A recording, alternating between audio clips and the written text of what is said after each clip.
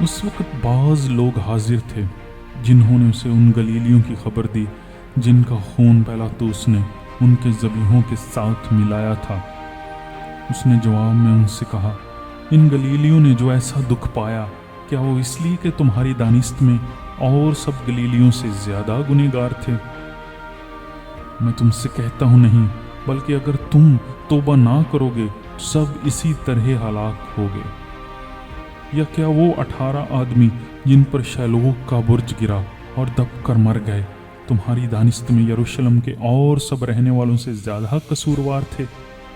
میں تم سے کہتا ہوں کہ نہیں، بلکہ اگر تم توبہ نہ کرو گے تو سب اسی طرح ہلاک کیے جاؤ گے۔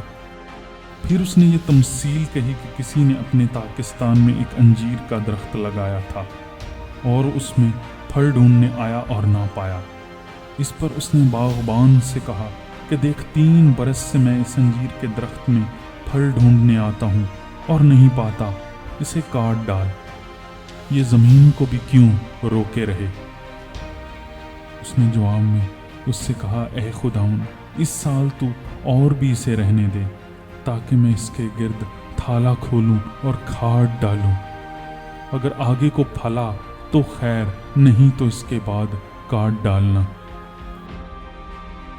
پھر وہ سبت کے دن کسی عبادت خانہ میں تعلیم دیتا تھا، اور دیکھو ایک عورت تھی جس کو 18 برس سے کسی بدرو کے باعث کمزوری تھی، وہ کبڑی ہو گئی تھی اور کسی طرح سیدھی نہ ہو سکتی تھی۔ یسوع نے اسے دیکھ کر پاس بلایا اور اس سے کہا، اے عورت، تو اپنی کمزوری سے چھوٹ گئی۔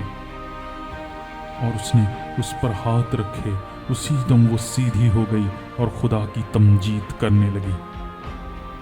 عبادت خانہ کا سردار اس لیے کہ یسوع نے سبت کے دن شفا بخشی، خفا ہو کر لوگوں سے کہنے لگا، 6 دن ہیں جن میں کام کرنا چاہیے، بس انہی میں آ کر شفا پاؤ، نہ کہ سبت کے دن۔ خداوند نے اس کے جواب میں کہا، اے ریاکارو، کیا ہر ایک تم میں سے سبت کے دن اپنے بیل یا گدھے کو تھان سے کھول کر پانی پلانے نہیں لے جاتا؟ پس کیا واجب نہ تھا یہ جو ابراہیم کی بیٹی، جس کو شیطان نے 18 برس سے باندھ رکھا تھا، سبت کے دن اس بند سے چھڑائی جاتی؟ جب اس نے یہ باتیں کہیں تو اس کے سب مخالف شرمندہ ہوئے، اور ساری بھیڑ ان عالی شان کاموں سے جو اس سے ہوتے تھے خوش ہوئی۔ پس وہ کہنے لگے، خدا کی بادشاہی کس کی مانند ہے؟ میں اس کو کس سے تشبیہ دوں؟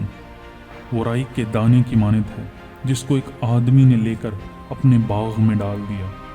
وہ اگ کر بڑا درخت ہو گیا اور ہوا کے پرندوں نے اس کی ڈالیوں پر بسیرا کیا۔ اس نے پھر کہا، میں خدا کی بادشاہی کو کس سے تشبیہ دوں؟ وہ خمیر کی مانند ہے جسے ایک عورت نے لے کر 3 پیمانہ آٹے میں ملایا، اور ہوتے ہوتے سب خمیر ہو گیا۔ وہ شہر شہر گاؤں گاؤں تعلیم دیتا ہوا یروشلم کا سفر کرتا رہا۔ اور کسی شخص نے اس سے پوچھا، اے خداوند، کیا نجات پانے والے تھوڑے ہیں؟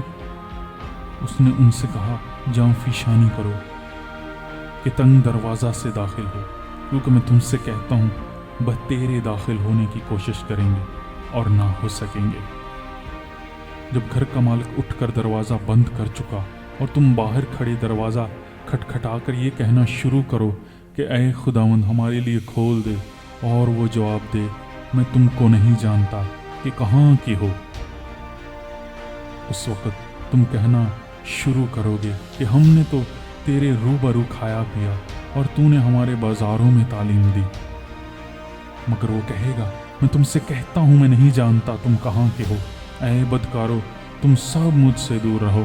وہاں رونا اور دانت پیسنا ہوگا جب تم ابراہیم اور اسحاق اور یعقوب اور سب نبیوں کو خدا کی بادشاہی میں شامل اور اپنے آپ کو باہر نکالا ہوا دیکھو گے۔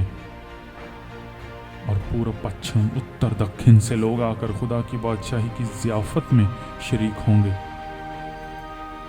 اور دیکھو، بعض آخر ایسے ہیں جو اول ہوں گے، اور بعض اول ہیں جو آخر ہوں گے۔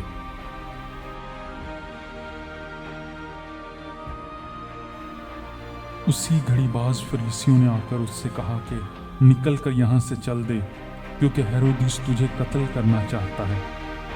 اس نے ان سے کہا، جا کر اس لومڑی سے کہہ دو کہ دیکھ میں آج اور کل بدروحوں کو نکالتا اور شفا بخشنے کا کام انجام دیتا رہوں گا، اور تیسرے دن کمال کو پہنچوں گا، مگر مجھے آج اور کل اور پرسوں اپنی راہ پر چلنا ضرور ہے، کیونکہ ممکن نہیں کہ نبی یروشلم سے باہر ہلاک ہو۔ اے یروشلم، اے یروشلم، تو جو نبیوں کو قتل کرتی اور جو تیرے پاس بھیجے گئے ان کو سنسار کرتی ہے، کتنی ہی بار میں نے چاہا کہ جس طرح مرغی اپنے بچوں کو پروں تلے جمع کر لیتی ہے، اسی طرح میں بھی تیرے بچوں کو جمع کر لوں، مگر تم نے نہ چاہا۔